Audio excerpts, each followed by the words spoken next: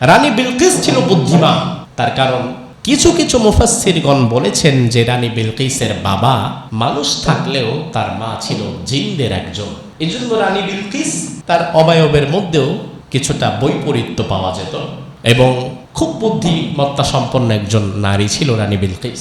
হুদহুদ পাখিটি সুলাইমান নবীকে বলল, ইন্নী ওয়াজাদতু ইমরাআতান তামলিকুহুম ওয়া উতিয়াত মিন কুল্লি শাইইন ওয়া লাহা আরশুন আযীম। ও আল্লাহর পয়গম্বর সুলাইমান, আমি এমন আশ্চর্যজনক একটা খবর দেখলাম, এমন আশ্চর্যজনক একটা বিষয় আমি আজকে দেখলাম। ইন্নী ওয়াজাদতু ইমরাআতান তামলিকুহুম, আমি দেখলাম সাবা নগরীতে একজন নারী, তিনি রানী। আল্লাহ রাব্বুল আলামিন তাকে অনেক ক্ষমতা দিয়েছেন। ওয়া উতিয়াত মিন কুল্লি শাই, এই ক্ষমতা পরিচালনার জন্য যা যা দরকার তাকে তাও দিয়েছেন। ওয়ালাহা আরশুন আযীম, এবং আপনার যেমন সিংহাসন আছে তারও তার মতো একটা সিংহাসন আছে, বিশাল ক্ষমতার অধিকারী সে। তবে দুঃখজনক বিষয় হচ্ছে ওয়াজাদতুহা ওয়া কওমাহা ইয়াসজুদুনা লিশ-শামসি মিন দুনিল্লাহি ওয়া যায়্যানা লাহুমুশ শাইতানু আমালাহুম ফাসাদ্দাহুম আনিস সাবিলি ফাহুম লা ইয়াহতাদুন। দুর্ভাগ্যজনক বিষয় হচ্ছে ইয়েমেনের সাবা নগরীর লক্ষ লক্ষ বাসিন্দা, তাদের রানী শুদ্ধ যারা আছে তারা কেউ আল্লাহকে সেজদা করে না। তারা মূলত সূর্য পূজারী। তারা সকালবেলায় সূর্য যখন উদিত হয় তখন সূর্যের পূজা করে, সূর্যকে সেজদা করে, আবার সন্ধ্যায় সূর্য যখন ডুবে যায় তখনও তারা সূর্যের পূজা করে। পাখিটা বলছে ওয়াজাইয়ানা লাহুমুশ শাইতানু আমালাহুম, শয়তান এই কাজটাকে তাদের জন্য খুব সৌন্দর্যমণ্ডিত করে দিয়েছে, ভালো লাগিয়ে দিয়েছে। ফাসাদ্দাহুম আনিস সাবিল, তারা হেদায়েতের পথ থেকে বিচ্যুত হয়ে গেছে। একটা ক্ষুদ্র সৃষ্টি পাখি, ওই পাখিটাও বোঝে আল্লাহ ছাড়া অন্য কাউকে সেজদা করলে সে মূলত ভ্রান্ত পথে চলে যায়, যেটা বহু আশরাফুল মাখলুকাত নামধারী মানুষও বোঝে না। সুলাইমান আলাইহিস সালাম তিনি যখন তার সিংহাসনটি নিয়ে কোথাও উড়ে বেড়াতেন তখন তার সিংহাসনে মানুষ থাকত, জিন থাকত এবং কি থাকত? পশু পাখি বললে তো মনে হয় গোটা দুনিয়ার সমস্ত পশু পাখি তিনি উঠায় নিত না, পাখিদের একটা দলকে তিনি সাথে রাখতেন এয়ারফোর্স হিসেবে। আল্লাহ সুবহানাহু ওয়া তাআলা কোরআনে কারিমে সেই পাখিদের বর্ণনাও দিয়েছেন। সুলাইমান আলাইহিস সালাম তিনি যখন তার সিংহাসন নিয়ে উড়ে বেড়াতেন, কোরআনে আল্লাহ বলেন যে ওয়াকুদুরির রাসিয়াত, সেই সিংহাসনে জিনেরা বিশাল বিশাল পাহাড়ের পাথর কেটে কেটে বড় বড় ডেকচি বানাতো রান্না বান্নার জন্য। অর্থাৎ এই কাফেরা যখন এক জায়গা থেকে আরেক জায়গায় যেত, পথিমধ্যে যে খাবার দাবারের দরকার হতো, এর ব্যবস্থাপনাও সুলাইমানি সিংহাসনের মধ্যে করা হতো। সুলাইমান আলাইহিস সালাম তিনার এয়ারফোর্স পাখিদের যে দল, এর মধ্যে একটা বিশেষ পাখি ছিল, ওই পাখির নাম কোরআনে এসেছে হুদহুদ। কি নাম? কি নাম? হুদহুদ পাখিটির নাম। এটা কোন প্রজাতির পাখি এটা আল্লাহ ভালো জানে। এই পাখির কাজ ছিল ভূগর্ভস্থ সম্পদ সে দেখতে পেত,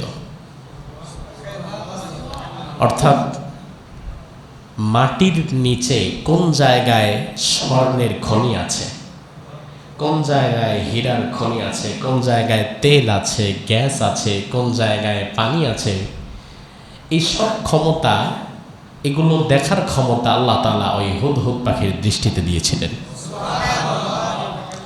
হুদহুদ পাখিকে জন্য যখন কাফেলা কোথাও যেত মরুভূমির মাঝে, পানির সন্ধানের জন্য হুদহুদকে খোঁজা হতো।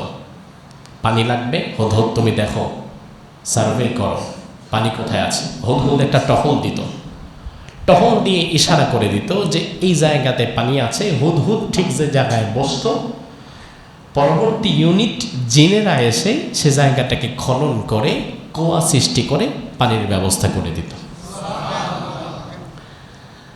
আল্লাহ তাআলা সুলাইমান আলাইহিস সালামকে এমন রাজত্ব দিয়েছেন যেমন রাজত্ব গোটা পৃথিবীর আর কাউকে, কোন নবী রাসূল কোন মানুষ কাউকে আল্লাহ দেয় নাই। কেন দেয় নাই? এটা সুলাইমান নিজেই দোয়া করে গেছেন। এত ক্ষমতা পাওয়ার পরে তিনি একদিন আল্লাহকে বলেছেন, আল্লাহ লা ইয়ামবাগি লি আহাদাম মিন বাদি, তুমি যেই ক্ষমতা আমাকে দিছো, আমি জিনদেরকে দিয়ে কাজ করাই, পাখির ভাষা বুঝি, পশুর ভাষা বুঝি, এত কিছু আমি পেয়েছি, আয় আল্লাহ আমার পরে এগুলা তুমি আর কাউকে দিও না। তিনি কি ভেবে দোয়া করেছিলেন আল্লাহই জানে। তিনি দোয়া করেছেন, আল্লাহ কবুল করে নিয়েছেন। রাসূল সাল্লাল্লাহু আলাইহি ওয়াসাল্লাম এক নামাজে দাঁড়ানোর পরে একটা জিন রাসূলকে সে খুব ডিস্টার্ব করতে লাগলো। রাসূল দ্রুত নামাজ শেষ করলেন। সাহাবায়ে কেরাম প্রশ্ন করলেন, ইয়া রাসূলুল্লাহ কোনো সমস্যা? রাসূল বললেন, একটা জিন আমাকে এত পরিমাণ ডিস্টার্ব করা শুরু করলো নামাজে, আমি তাকে ধরেও ফেললাম। আমি চাইলাম তাকে ইচ্ছা মতো শাস্তি দেই, মেরে ফেলি, বেঁধে রাখি, কিন্তু আমার মনে হলো আমার ভাই সুলাইমান দোয়া করে গেছে, আল্লাহ জিনদের উপরে আমার যে আধিপত্য ক্ষমতা এটা আর কাউকে দিও না। আমি শুধু আমার ভাই সুলাইমানের প্রতি সম্মান প্রদর্শন করে এই জিনটাকে আজকে ছেড়ে দিলাম। আর জিনদের একটা বৈশিষ্ট্য হচ্ছে তারা শত শত হাজার হাজার বছর হায়াত পায়। নবী রাসূলদের জামানায় অসংখ্য নবীকে দেখে গিয়েছে জিন, এমন জিন এখনো আছে, হাজার হাজার বছর হায়াত পায়।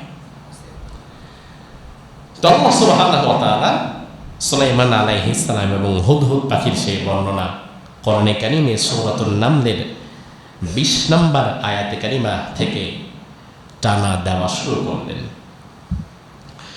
রব্বুল আলামিন বলেন, ওয়াতাফাক্কাদাত তায়রা ফাকালা মা লিয়া লা আরাল হুদহুদ আম কানা মিনাল গায়িবিন।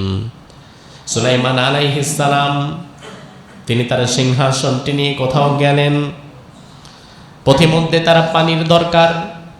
সুলাইমান আলাইহিস সালাম এয়ারফোর্সের দিকে, পাখিদের দিকে নজর দিলেন। পাখিদের দিকে নজর দিয়ে তিনি বললেন, মালি আলা আরল হুদহুদ, হুদহুদ কোথায়? সব পাখিকে দেখতে পাচ্ছি, তবে হুদহুদকে কেন দেখতে পাচ্ছি না? হুদহুদ তুমি কোথায়? আম কানা মিনাল গায়িবিন, হুদহুদ কি আজকে আমাদের এখানে আসে নাই নাকি? হুদহুদকে কেন খুঁজে পাচ্ছি না? সুলাইমান আলাইহিস সালাম আরো বলেন, লাউযিবান্নাহু আযাবান শাদীদান আও লাযবাহান্নাহু আও লায়াতিয়ান্নি বিসুলতানিম মুবিন। হুদহুদ যদি আমার কাছে এখন দ্রুত না আসতে পারে, আমি হুদহুদকে কিন্তু আজকে হত্যা করে ফেলব, অথবা আমি তাকে কঠিন শাস্তি দেব। সে কেন এখন আমার সামনে নাই? তার তো আমার সামনে থাকার কথা ছিল। সে এই মুহূর্তে অন্য কোথায় গিয়েছে? কেন গিয়েছে? সে যদি আমার কাছে উপযুক্ত কারণ দর্শাতে না পারে, আমি তাকে হত্যা করে ফেলব। অফিস টাইমে কর্মচারী যদি কাজে ফাঁকি দেয়, এদিক সেদিক চলে যায়, ওই মুহূর্তে যদি বস এসে না পায়, একটু রাগ করে না? আজকে চাকরি শেষ করে ফেলবো, চাকরি একবারে খাওয়াই দিব, খালি বেতনের সময়, এখন কাজের সময় পাই না। সুলাইমান আলাইহিস সালাম গোটা পৃথিবীর বাদশা, তার একটা আত্মমর্যাদা বোধ আছে। তিনি বললেন যে আমি হুদহুদকে কিন্তু আজকে হত্যা করে ফেলবো, কাজের সময় পাই না। কই গেছে এখন? পানির দরকার আমাদের। আর যার যেই কাজ, যার যেই ক্ষমতা, এটা তো অন্য কাউকে দিয়ে হবে না। জিনেরা খুব দ্রুত মরুভূমি খুঁড়ে পানি বের করতে পারবে, কিন্তু এক্স্যাক্টলি পানিটা আছে কোথায় এটা জিনেরাও জানে না। আবার হুদহুদ পানি কোথায় আছে এটা জানে, কিন্তু এটা খুঁড়ে পানি বের করার ক্ষমতা আবার হুদহুদের নাই। তাফসিরে বাগাভিতে ইবনে আব্বাস রাদিয়াল্লাহু আনহুর একটি কওল উল্লেখ করা হয়েছে যে হুদহুদ সেদিন মূলত কোথায় গিয়েছিল। ইবনে আব্বাস রাদিয়াল্লাহু আনহু বলেন, ফাওয়াকা আলাইহি হুদহুদ আখর, সুলাইমানের হুদহুদটা হঠাৎ করে আকাশে আরেকটা হুদহুদকে দেখতে পায়, যে তার প্রজাতির আরেকটা পাখি। সে তার কাছে চলে যায় গল্প সল্প করতে। অপর পক্ষে যে হুদহুদ পাখিটা ছিল, ফাআখবারাহু আন বালাদি সাবা ওয়া মা ফিহা মিনাল আজাইব, অপর পক্ষের হুদহুদ পাখিটা সুলাইমানের হুদহুদকে বলল যে তুমি কই থাকো? হুদহুদ বলল আমি তো সুলাইমানের সিংহাসনে থাকি। এবার সুলাইমানের হুদহুদ বলল তুমি থাকো কই? তোমারও তো দেখি আমার প্রজাতি। বলল আমি থাকি ইয়েমেনের সাবা নগরীতে, সে জায়গায় এক রানী আছে, তারও বিশাল একটা সিংহাসন, বিশাল সৈন্যবাহিনী, বিরাট বিষয়, বিরাট ব্যাপার স্যাপার। সুলাইমানের হুদহুদ অবাক হলো যে রানী মানে তোমাদের কোনো রাজা নাই? বলে না, আমাদের রাজ্য শাসন করে একজন রানী। সুলাইমানের হুদহুদ খুব অবাক হলো। ইবনে আব্বাস বলেন ফাযাহাবা মাআহু লিয়ানযুরা ইলাইহা, অতঃপর সুলাইমানের হুদহুদ বলল আচ্ছা ঠিক আছে, এক কাজ করি, তোমাদের রাজ্যটা একটু ঘুরে আসি, চলো দেখে আসি। এই দেখার জন্য সুলাইমানের হুদহুদ ওই হুদহুদের সাথে চলে গেছে। এই জন্য সুলাইমান আলাইহিস সালাম কাজের সময় তাকে পায় নাই। তাফসীরবিদরা বলেন সুলাইমান আলাইহিস সালাম তখন আরেকটি ঈগল পাখিকে দায়িত্ব দেয়, জোরে ধরে নিয়ে এসো। ঈগল পাখিটি যায়, গিয়ে দেখে যে এই হুদহুদ আর এক হুদহুদের সাথে দাঁড়ায় কি যেন দেখতেছে। ঈগল পাখিটি গিয়ে তৎক্ষণাৎ তাকে বলল তুমি তো এখানে দাঁড়ায় দাঁড়ায় মজা মারতেছ, ওদিক দিয়ে সুলাইমান তোমাকে খুঁজতেছে। শুধু খুঁজছে বিষয়টা এমন না, সুলাইমান আজকে যদি তোমাকে সঠিক সময়ে কারণ দর্শাতে তুমি না পারো, তোমার অনুপস্থিতির কারণ যদি ব্যক্ত করতে না পারো, তাইলে সুলাইমান তোমাকে হত্যা করে ফেলবে, এমন কথাও বলেছে। পাখিটি হুদহুদ পাখিটি বলল উপযুক্ত কারণ দর্শাতে পারলে তো হত্যা করবে না? বলে না, তাইলে করবে না।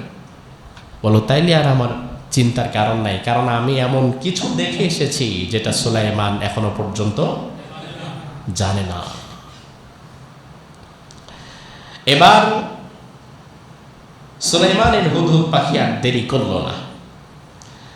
আল্লাহ রাব্বুল আলামিন কোরআনের মধ্যে বলেন ফামাকাসা গায়রা বাঈদিন ফাকালা আহাত্তু বিমা লাম তুহিত বিহি ওয়াজি'তুকা মিন সাবাইন বিনাবাইন ইয়াকিন।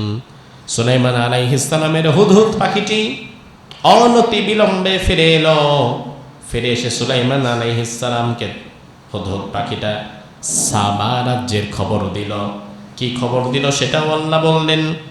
হুদহুদ পাখিটি সুলাইমান নবীকে বলল ইন্নী ওয়াজাদতু ইমরাআতান তামলিকুহুম ওয়া উতিয়াত মিন কুল্লি শাইইন ওয়া লাহা আরশুন আযীম।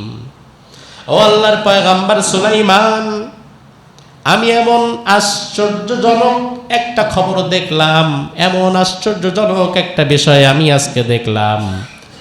ইন্নী ওয়াজাদতু ইমরাআতান তামলিকুহুম, আমি দেখলাম সাবা নগরীতে একজন নারী, তিনি রানী। আল্লাহ রাব্বুল আলামিন তাকে অনেক ক্ষমতা দিয়েছেন। ওয়া উতিয়াত মিন কুল্লি শাই, এই ক্ষমতা পরিচালনার জন্য যা যা দরকার তাকে তাও দিয়েছেন। ওয়ালাহা আরশুন আযীম, এবং আপনার যেমন সিংহাসন আছে তারও তার মতো একটা সিংহাসন আছে, বিশাল ক্ষমতার অধিকারী সে। তবে দুঃখজনক বিষয় হচ্ছে ওয়াজাদতুহা ওয়া কওমাহা ইয়াসজুদুনা লিশ-শামসি মিন দুনিল্লাহি ওয়া যায়্যানা লাহুমুশ শাইতানু আমালাহুম ফাসাদ্দাহুম আনিস সাবিলি ফাহুম লা ইয়াহতাদুন। দুর্ভাগ্যজনক বিষয় হচ্ছে ইয়েমেনের সাবা নগরীর লক্ষ লক্ষ বাসিন্দা, তাদের রানী শুদ্ধ যারা আছে, তারা কেউ আল্লাহকে সেজদা করে না। তারা মূলত সূর্য পূজারী। তারা সকালবেলায় সূর্য যখন উদিত হয় তখন সূর্যের পূজা করে, সূর্যকে সেজদা করে, আবার সন্ধ্যায় সূর্য যখন ডুবে যায় তখনও তারা সূর্যের পূজা করে।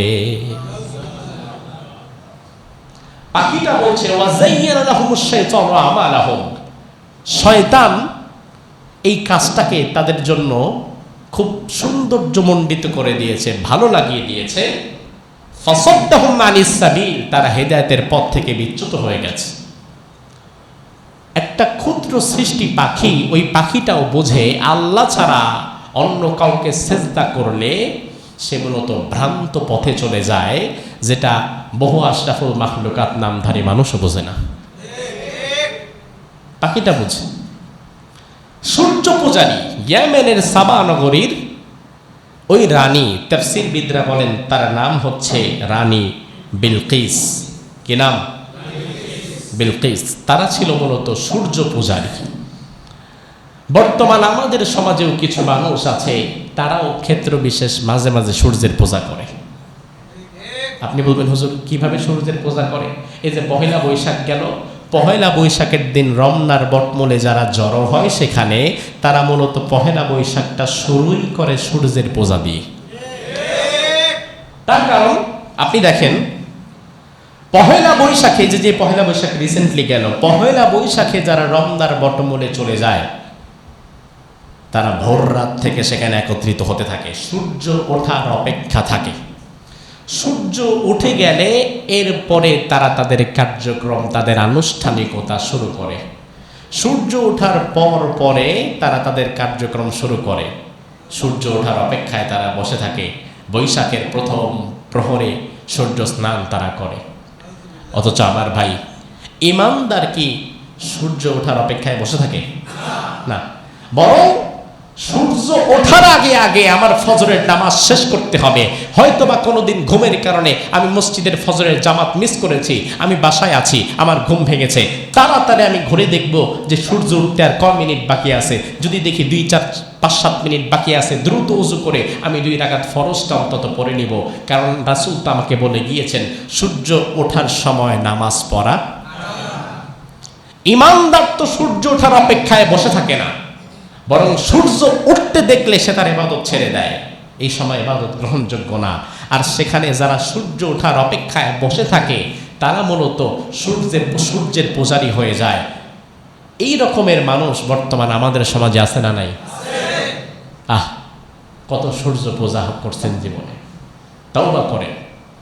সূর্য ওঠার অপেক্ষায় বসে থাকা ইমানদারের লক্ষণ না, বরং আপনি সূর্যের গোলাম না, এই সূর্যটাকেও আল্লাহ বানিয়েছেন আপনার জন্য।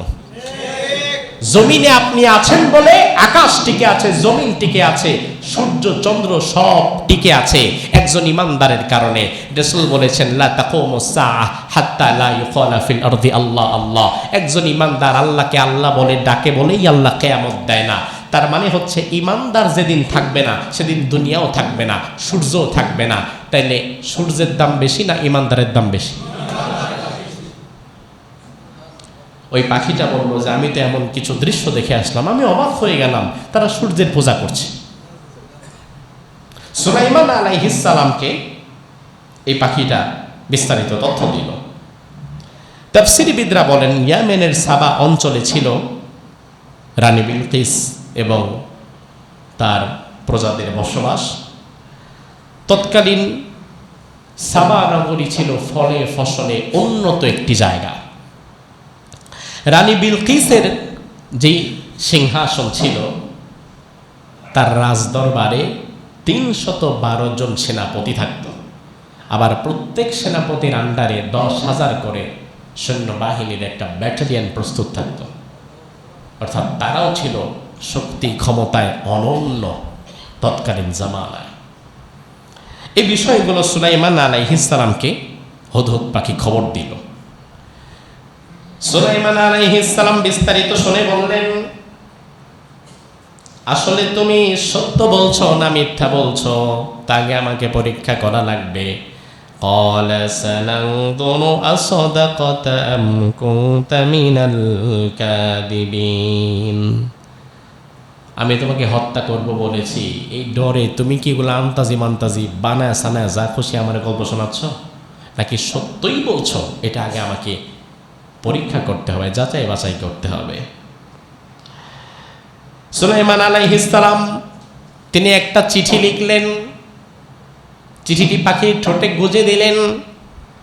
সুলাইমান আলাইহিস সালাম এবার চিঠিটি পাখিকে দিয়ে বললেন, ইযহাব বিকিতাবি হাদা ফাআলকিহ ইলাইহিম সুম্মা তাওয়াল্লা আনহুম ফানজুর মাযা ইয়ারজিউন। এই চিঠিটি নিয়ে তুমি সেই ইয়ামেনের সাবা রাজ্যের সেই রানীকে দেবে। তুমি তার কোলে চিঠিটি ফেলবে, তুমি দেখবে সে আমার চিঠি পড়ার পরে তার প্রতিক্রিয়া কি। তবে হ্যাঁ, চিঠিটি তার কোলে ফেলে তুমি কিন্তু তার সামনে দাঁড়িয়ে থাকবে না, তুমি উড়ে একটু আড়ালে লুকিয়ে যাবে, দূর থেকে পর্যবেক্ষণ করবে আমার চিঠি পড়ার পরে তার প্রতিক্রিয়া কি হয়। চিঠির মধ্যে সুলাইমান আলাইহিস সালাম কি লিখলো সেটাও আল্লাহ কোরআনে বললেন। সুলাইমান আলাইহিস সালামের চিঠিটা পাখি নিয়ে, হুদহুদ পাখি নিয়ে রানী বিলকিসের শোয়ার ঘরে তার খাটের ওপরে ফেলে দিয়ে ওরে এসে পাশের জানালার পাশে গিয়ে ঘাপটি মেরে লুকিয়ে গেল। রানী বিলকিস চিঠিটা দেখলেন, চিঠির খাম দেখে রানী বুঝে ফেললেন দুনিয়ার কোনো সাধারণ মানুষ এই পদ্ধতিতে চিঠি দিতে পারে না, নিশ্চয়ই কোনো রাজা বাদশার কাছ থেকে চিঠিটা এসেছে। কারণ প্রাচীন যুগে কবুতরের মাধ্যমে চিঠি আদান প্রদান হতো। রানী এবার চিঠিটা খুললেন, চিঠি খুলে তিনি পড়ার পরে নিজ অবাক হয়ে গেলেন। খুব অল্প সংখ্যক কিছু কথা, কিন্তু কথার ভার এত বেশি রানী বিলকিস পর্যন্ত অবাক হয়ে বললেন, এই চিঠির সিদ্ধান্ত কি করব না করব আমি নিজে নিজে দিতে পারবো না, আমি আমার সভাসদবর্গদেরকে ডাকি। আল্লাহ রাব্বুল আলামিন তাদের কথা কোরআনের মধ্যে তুলে দিলেন। قالت يا أيها الملأ إني ألقي إلي كتاب كريم إنه من سليمان وإنه بسم الله الرحمن الرحيم سبحان الله বলেন। রানী বিলকিস তার রাজ্যের 312 জন সেনাপতি যারা ছিল তাদেরকে ডেকে বললেন, ইয়া আইয়ুহাল মালা, হে সভাসদ বর্গরা, ইন্নী উলকিয়া ইলাইয়া কিতাবুন কারীম, আমার কাছে মর্যাদাপূর্ণ একটা পত্র পাঠানো হয়েছে। এই পত্রের মধ্যে লেখা আছে ইন্নাহু মিন সুলাইমান, এটা সুলাইমানের পক্ষ থেকে, আমি জানি না সুলাইমান আবার কে। ওয়া ইন্নাহু বিসমিল্লাহির রহমানির রহিম, এই পত্রে আরো লেখা আছে এই পত্রটি পরম করুণাময় অসীম দয়ালু আমার আল্লাহর নামে শুরু করছি। পত্রের শুরুতে এটা লিখে একটা কথাই রানীকে উদ্দেশ্য করে সুলাইমান লিখেছে, এটাও আল্লাহ কোরআনে আয়াত বানিয়েছেন। আল্লাহ বললেন সুলাইমান সেদিন রানী বিলকিসকে লক্ষ্য করে লিখেছিল, আল্লাহ তালু আলাইয়া ওয়াতুনি মুসলিমিন, আমার চিঠি পাওয়ার পরে আমারে দুনিয়ার অন্য কোনো ধুন্দা মুন্দা রাজা বাদশা মনে করো না, যে তোমার বিশাল সাম্রাজ্য আছে, সৈন্যবাহিনী আছে, তুমি আমার সাথে লড়াই করবা, যুদ্ধ করবা। আল্লাহ তাআলা আলাইয়া, বিরুদ্ধাচারণের এই মনোবাসনা যেন তোমার না জাগে। ওয়াতুনি মুসলিমিন, ইসলাম গ্রহণ করে নাও, সূর্যের পূজা বাদ দাও, চন্দ্র সূর্যের পূজা করো না। সুলাইমান আলাইহিস সালামের এই চিঠি রানী এবার সভাসদ বর্গদের পরে বললেন, ইয়া আইয়ুহাল মালাউ আফতুনি ফি আমরি, এই আমার 312 জন সৈন্য সেনাপতি, আমির, ওমারা, তোমরা বলো আমি কি করতে পারি, এই কঠিন পরিস্থিতিতে আমি আসলে কি সিদ্ধান্ত নিব বলো তো তোমরা। এবার রানী বিলকিসের সৈন্যবাহিনীরা বলছে, قالوا نحن أولو قوة وأولو بأس شديد والأمر إليك فانظري ماذا تأمرين। আসলে আমরা অনেক শক্তিশালী, বর্তমান জামানায় আমাদের সাথে যুদ্ধ করে টেকার ক্ষমতা কারো নাই, প্রচুর সৈন্যবাহিনী এবং শক্তি আমাদের আছে, আপনি যদি বলেন ওই সুলাইমানের সাথে আমরা যুদ্ধ করব। ওয়াল আমরু ইলাইকি ফানজুরি মাযা তা'মুরিন, তবে মূল সিদ্ধান্ত যেটা, আমরা তো আমাদের শক্তির বর্ণনা আপনাকে দিলাম, কিন্তু মূল সিদ্ধান্তটা এটা আপনি দেন, আমরা কি করব। বাংলাদেশের উপরে যদি বহির্বিশ্বের কারো আক্রমণ আসার সম্ভাবনা থাকে, প্রধানমন্ত্রী তখন সকল বাহিনীর কমান্ডার ইন চিফদেরকে ডাকবেন, কথা বলবেন, সেনাপ্রধানদেরকে ডাকবেন, নৌবাহিনীর প্রধানকে ডাকবেন, পুলিশের আইজিকে ডাকবেন, সবাইকে ডেকে বলবেন যে এই সমস্যা হতে পারে, আমরা কি করতে পারি। প্রত্যেক বাহিনীর প্রধান তাদের কতগুলো অস্ত্র শস্ত্র আছে, গোলা বারুদ কত আছে, এই মুহূর্তে ফোর্স কয় হাজার আছে, সব কিছু সামনে উপস্থাপন করে সিদ্ধান্ত নেওয়ার ক্ষমতাটা কিন্তু রাষ্ট্রপ্রধানের। যে আমাদের যা আছে আমরা বললাম, এখন সিদ্ধান্ত যেটা সেটা আপনি চাইলে যুদ্ধ করতে পারেন, চাইলে তার কথা আপনি শুনতেও পারেন। এভাবে রানী বিলকিসের সামনে সৈন্যবাহিনীরা তাদের শক্তি সামর্থ্যকে উপস্থাপন করল। রানী বিলকিস ছিল বুদ্ধিমান, তার কারণ কিছু কিছু মুফাসসিরগণ বলেছেন যে রানী বিলকিসের বাবা মানুষ থাকলেও তার মা ছিল জিনদের একজন। এই জন্য রানী বিলকিস তার অবয়বের মধ্যেও কিছুটা বৈপরীত্য পাওয়া যেত এবং খুব বুদ্ধিমত্তা সম্পন্ন একজন নারী ছিল রানী বিলকিস। রানী বিলকিস বলল, আসলে বিষয় হচ্ছে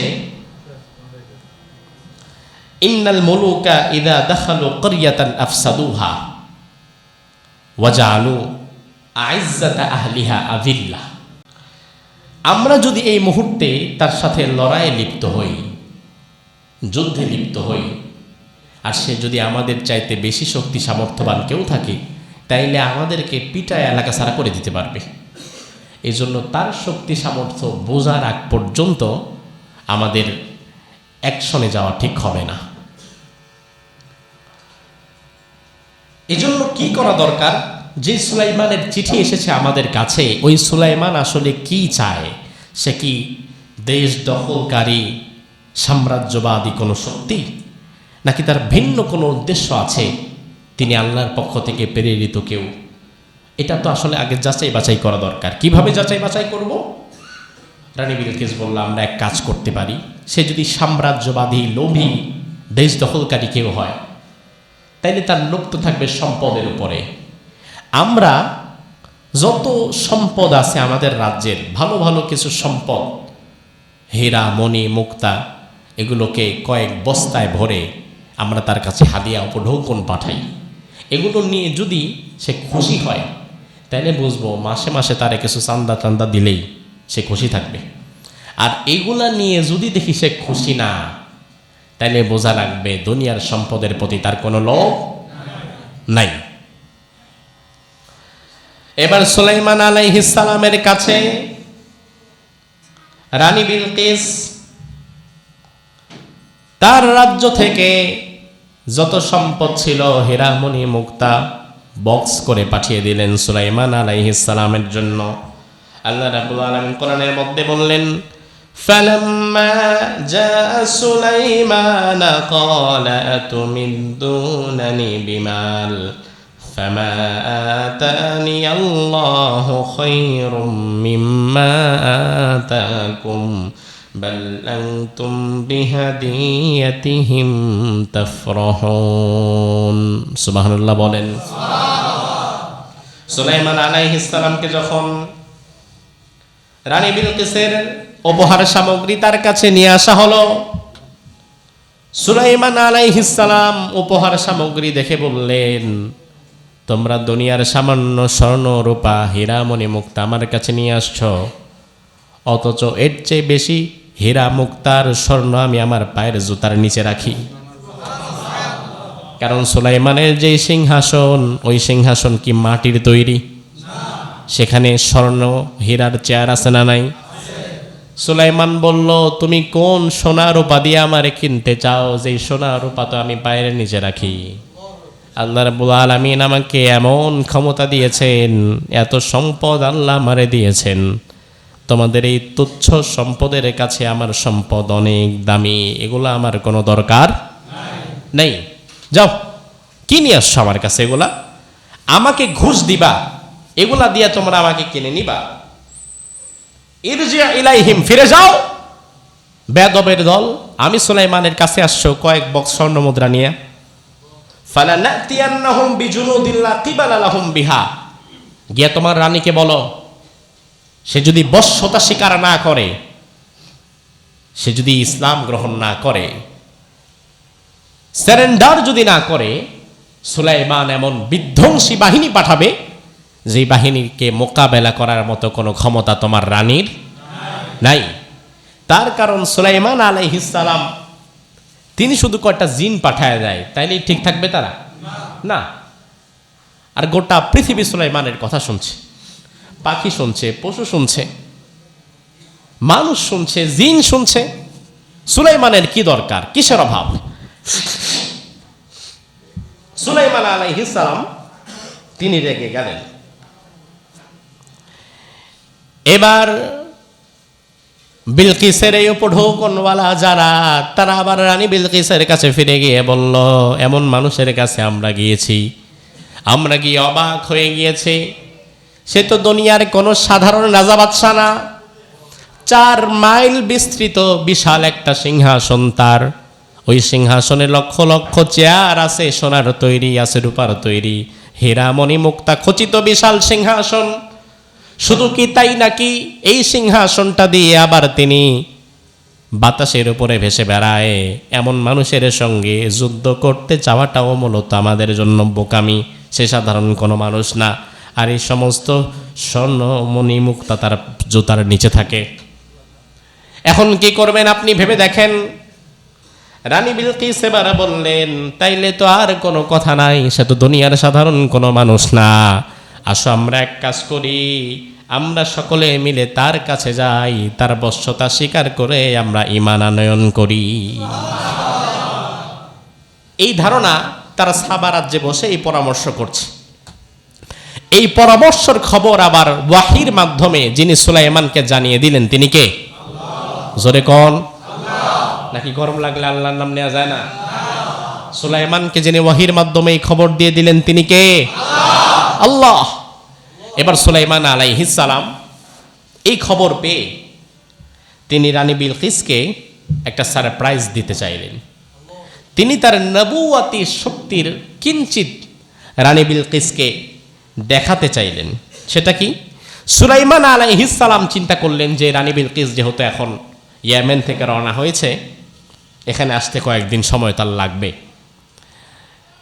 তিনি বললেন, আচ্ছা আমার এই সভাসদবর্গদের মধ্যে এমন কে আছো, বিলকিস এখানে আসার আগে বিলকিসের পুরা রাজ সিংহাসনটাকে তুলে আমার সামনে নিয়ে হাজির করবা, এমন কে আছো? সুলাইমান আলাইহিস সালাম বললেন, কে আছো যে রানী বিলকিসের সিংহাসন আমার কাছে নিয়ে আসবা। রানী বিলকিস এখানে আসার আগে সাথে সাথে একটা জিন হাত তুলল। কে? জিনটা হাত তুলে কি বলল আল্লাহ কোরআনে তুলে দিয়েছেন, ক্বালা ইফরিতুম মিনাল জিন্নি আনা আতিকা বিহি ক্বাবলা আন তাকুমা মিন মাকামিক ওয়া ইন্নী আলাইহি লাকাওয়িয়্যুন আমিন। জিনটা সুলাইমানকে বলল, ও আল্লাহর পয়গম্বর সুলাইমান, আপনি আমাকে একটু সুযোগ দেন। আল্লাহ রাব্বুল আলামিন আমাকে এমন ক্ষমতা দিয়েছেন, আপনি বসা থেকে দাঁড়াবার আগে এই যে বসে আছেন এখান থেকে যে আপনি দাঁড়াবেন, এই বসা থেকে দাঁড়ানো আবার বসতে যতটুকু সময় লাগবে আমি জিন এর আগেই রানী বিলকিসের সিংহাসনটা আপনার কাছে এনে হাজির করব। এই ক্ষমতা দিছে কে? সুলাইমান আলাইহিস সালাম তিনি বললেন, আর কেউ আসো কিনা এর চেয়ে তাড়াতাড়ি বাড়বা, আরো তাড়াতাড়ি চায়। قال الذي عنده علم من الكتاب أنا آتيك به قبل أن يرتد إليك طرفك فلما رآه مستقرا عنده قال هذا من فضل ربي। আল্লাহ রাব্বুল আলামিন কোরআনের মধ্যে বললেন, আসমানি কিতাবের জ্ঞান দিয়েছিলাম এমন এক ব্যক্তি, তিনি জিন ছিল না। মুফাসসিরগণ বলেন তিনি ছিল মানুষ। তার নাম আসিফ বিন বারখিয়া। আসিফ বিন বারখিয়া তিনি আসমানি কিতাবের একজন আলেম ছিলেন, আল্লাহর ওলি ছিলেন। আসিফ বিন বারখিয়া ইয়ালামু ইসমাল আযম, আল্লাহর ইসমে আযম তিনি জানতেন। আল্লাযী ইযা দুইয়া বিহি আজাবা ওয়া ইলা সুইলা বিহি আতা। ইবনে কাসির রাহিমাহুল্লাহ বলেন, ওই আসিফ বিন বারখিয়া আল্লাহর এমন মুস্তাজাবুদ দাওয়া ওলি ছিলেন, তিনি আল্লাহর দরবারে যা চাইতেন, চাইতে দেরি হতো, আল্লাহ তাআলা সেটা পূরণ করতে দেরি করতো না। ওই আল্লাহর ওলি আসিফ বিন বারখিয়া এবার তিনি হাত তুললেন। সুলাইমান আলাইহিস সালাম তাকে বললেন, তুমি কতটুকু দূরত্ব পারবা, এবার তুমি বলো। এবার ওই ব্যক্তি বলল, আলা আতিকা বিহি ক্বাবলা আন ইয়ারতাদ্দা ইলাইকা তারফুক। ওই জিন তো বলল আপনাকে ওঠা লাগবে, আবার বসা লাগবে, এর মধ্যে নিয়ে আসবে, এত কষ্ট করবেন কেন? আপনি যদি দায়িত্বটা আমাকে দেন, আমি আল্লাহর কুদরতে এতটুকু দ্রুত আনতে পারবো। এই যে আপনি আমার দিকে তাকিয়েছেন, মাঝে মাঝে আপনার চোখের পলক পড়ছে, আপনার চোখের পলক একবার পড়বে, একবার পড়ার পরে চোখের পলকটা যখন আবার খুলবেন, এই পলক পড়ার খোলার মধ্য দিয়ে তার সিংহাসন আমি আপনার সামনে নিয়ে আসব। আল্লাহ রাব্বুল আলামিন প্রমাণ করে দিলেন, জিনদের যত আশ্চর্যজনক ক্ষমতায় থাকুক না কেন, পরিশেষে গুরুত্ব বেশি জিনের না মানুষের? আসিফ বিন বারখিয়া তিনি সুলাইমান আলাইহিস সালামের সামনে বিলকিসের পুরা সিংহাসনটা এনে দিলেন। কিভাবে আনলেন? তার নিজের কোনো ক্ষমতার শক্তি দিয়ে নয়, বরং তিনি তো মুস্তাজাবুদ দাওয়া, তিনি আল্লাহর দরবারে দোয়া করেছিলেন। আল্লাহর দরবারে যেভাবে দোয়া করেছেন, আল্লাহ সেটা সেভাবেই কবুল করে ফেলেছে।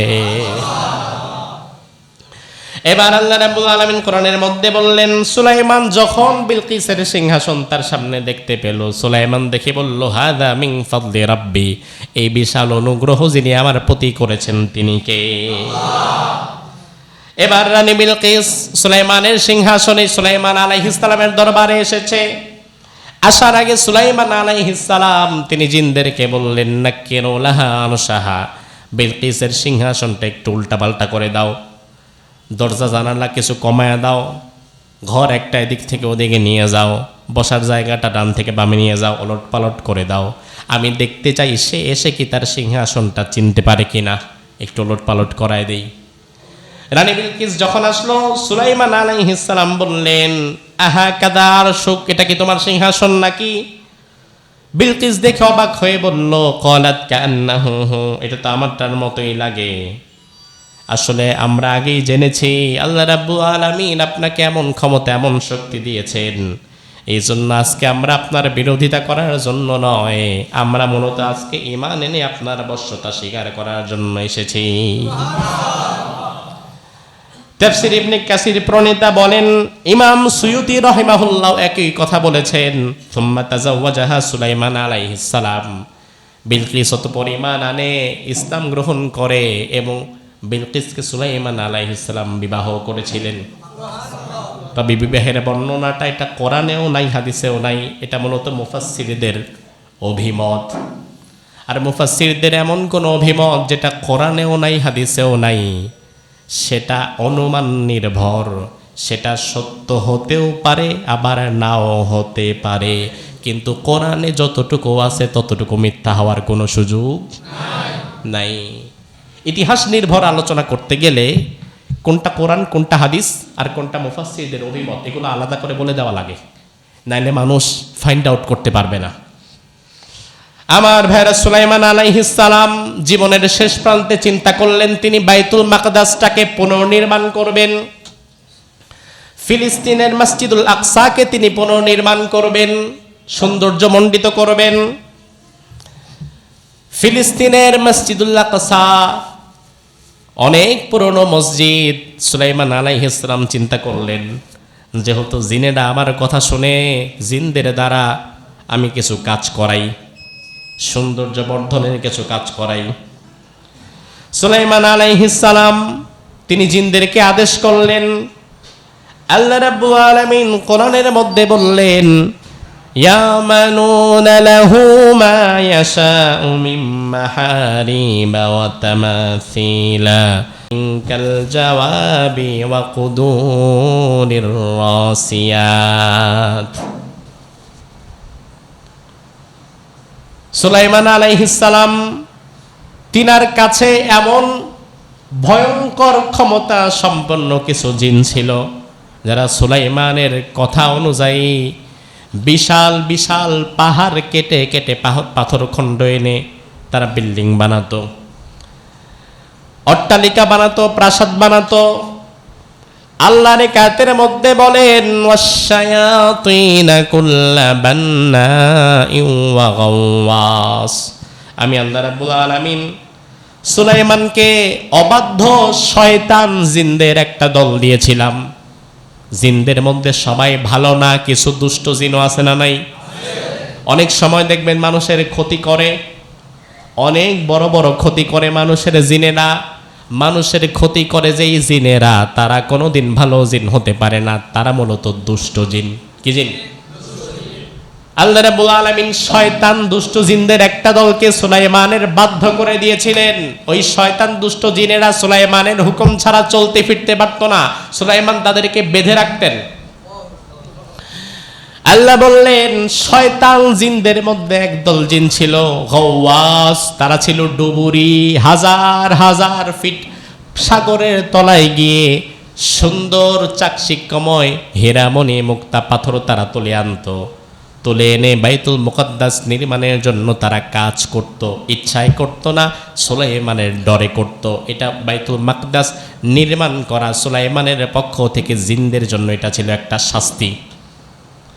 বাইতুল মুকদ্দাসে বড় বড় পাথর কেটে জিনেরা লাগাতো। আজকের জামানায়ও যারা বাইতুল মুকদ্দাস দেখেছে তারা বলে হাজার হাজার বছর আগে এত সুন্দর পাথর, এত বিশাল বিশাল পাথর, বর্তমান জামানায় 100 মানুষ মিলে যে পাথরটাকে উঁচু করতে পারবে না, এই পাথরটা কিভাবে একটার পর একটা, একটার পর একটা, একটার পর একটা কিভাবে রাখা যায়, এটা মূলত দুনিয়ার কোনো মানুষের কাজ ছিল না। এই কাজটা মূলত ছিল কাদের? জিনদের। সুলাইমান আলাইহিস সালাম জিনদের দ্বারা তিনি বাইতুল মুকদ্দাস নির্মাণের কাজ করছেন। বাইতুল মুকদ্দাস নির্মাণের কাজ অর্ধেক সম্পূর্ণ হয়েছে, আরো বাকি আছে অর্ধেক। এমন সময় মালাকুল মউত এসে বলল আল্লাহর পয়গম্বর সুলাইমান চলে যাওয়া লাগবে, মৃত্যুর সময় হয়ে গেছে। দুনিয়ার বাদশাহী, বিশাল সিংহাসন, সারা দুনিয়ার সর্বোচ্চ ক্ষমতাধর আপনি, তবে মৃত্যু থেকে বাঁচার কোনো উপায় নাই। কারণ দুনিয়ার যত বড় ক্ষমতাসীনই হোক না কেন, মালাকুল মউত তার কাছে আসার অনুমতি তার লাগে না।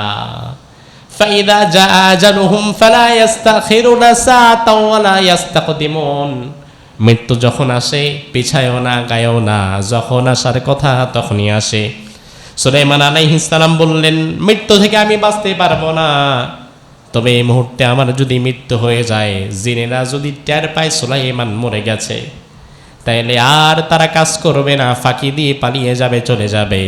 যেই কাজটা হাতে নিয়েছিলাম এই কাজটা তো আর পূর্ণাঙ্গ হবে না।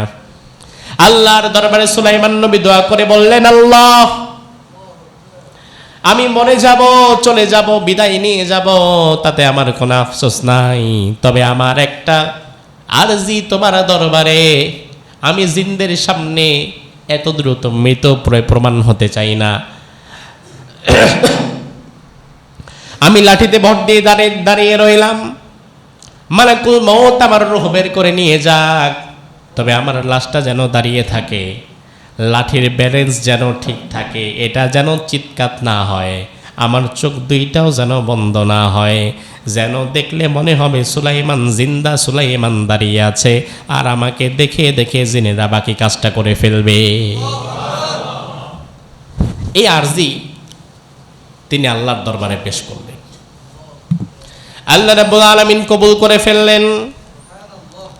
এজন্য সুলাইমান আলাইহিস সালাম তিনার রূহ কবজ হয়ে গেল, তিনার ওফাত হয়ে গেল, কিন্তু তিনি লাঠিতে ভর দিয়ে দাঁড়িয়ে আছেন, তাকিয়ে আছেন, এভাবেই আছেন তো আছেন, খাওয়া দাওয়া সব বাদ এমনিই আছেন।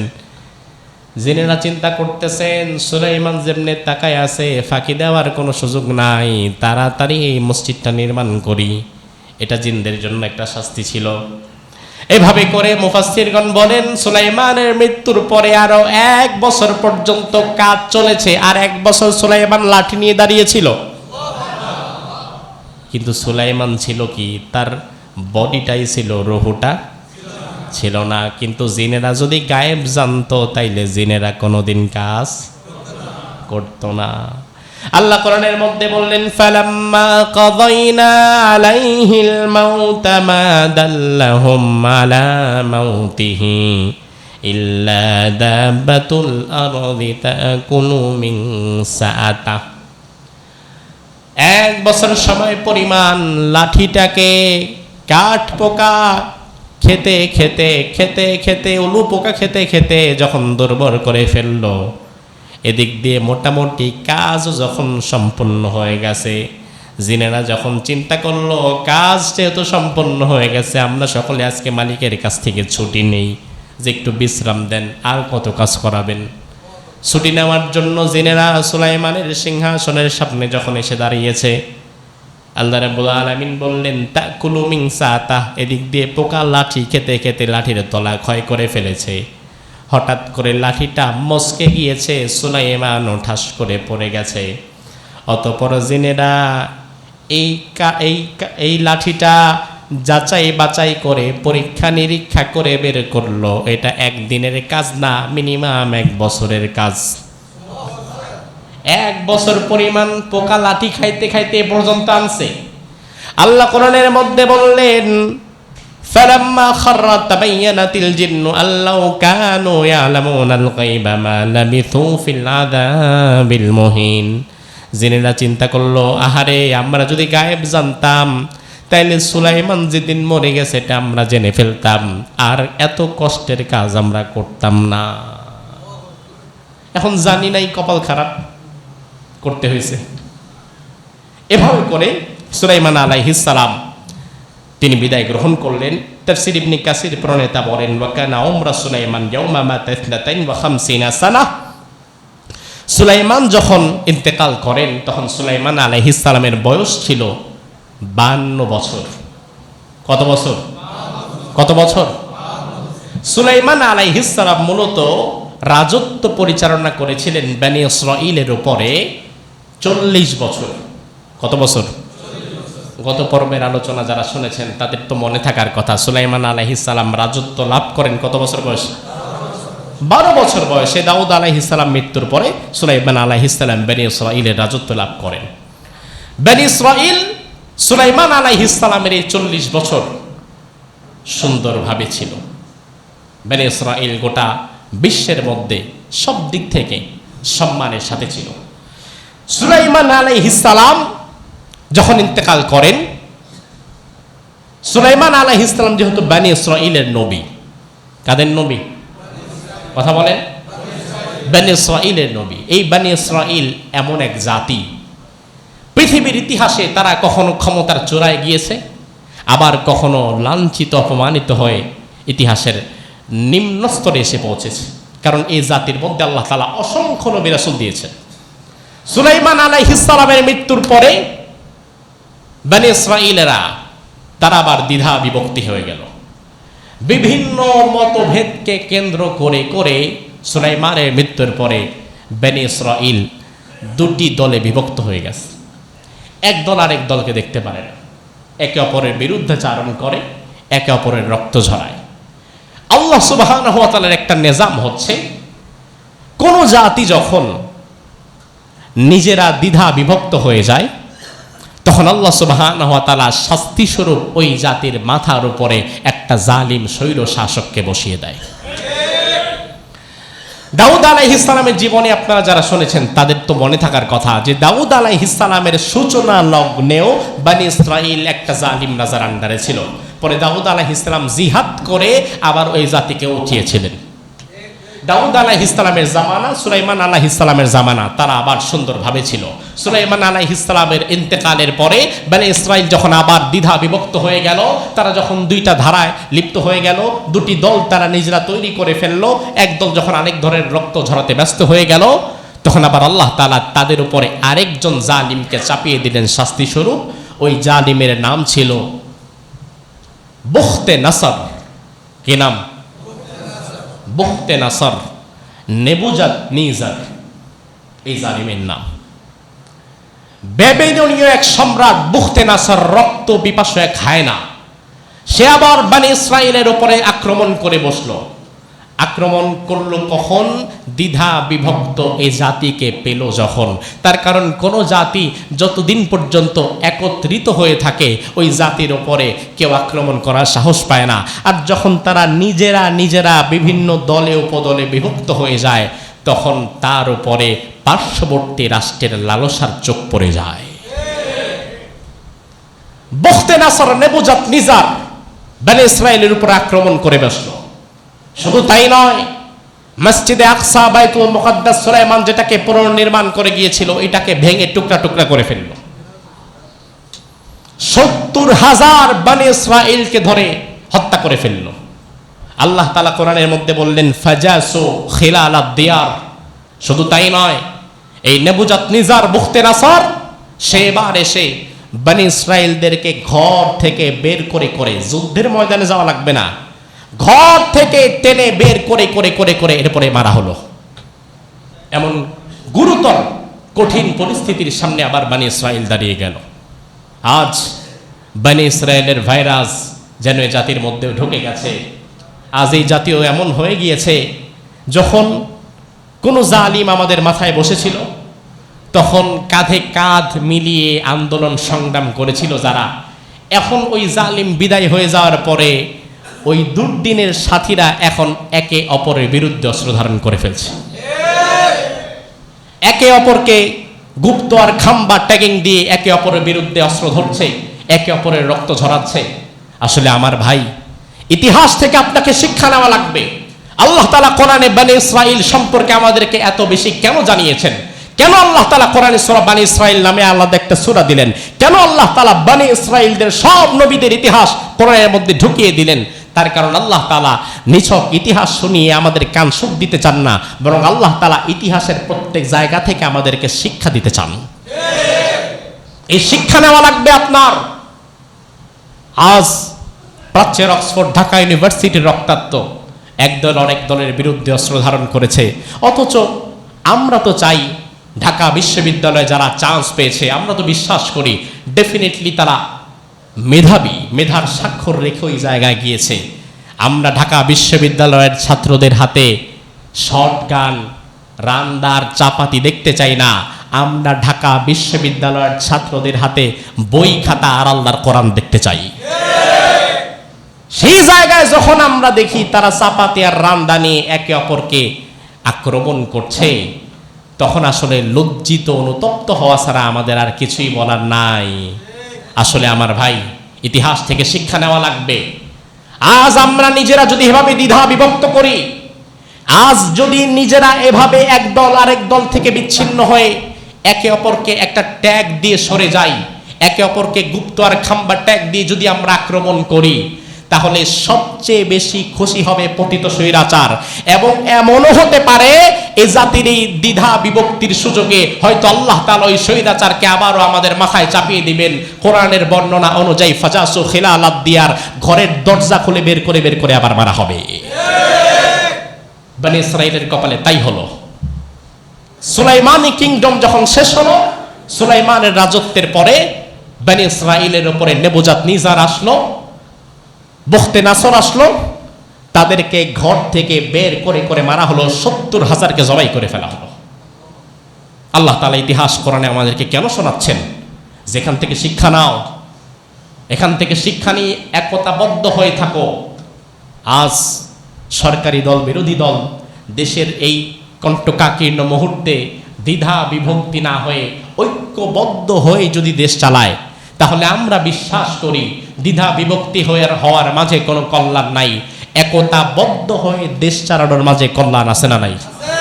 আমরা নতুন ভাবে আর কোনো দ্বিধা বিভক্তি দেখতে চাই না। আল্লাহ সুবহানাহু ওয়া তাআলা এই ইতিহাস থেকে, কোরআন এবং সুন্নাহ থেকে শিক্ষা গ্রহণ করে আমাদের আমল করার তৌফিক দান করুক। আমরা বলি আমিন। হাযা মা ইনদি ওয়াল ইলমু ইনদাল্লাহ আলাইহি তাওয়াক্কালতু ওয়া ইলাইহি উনীব।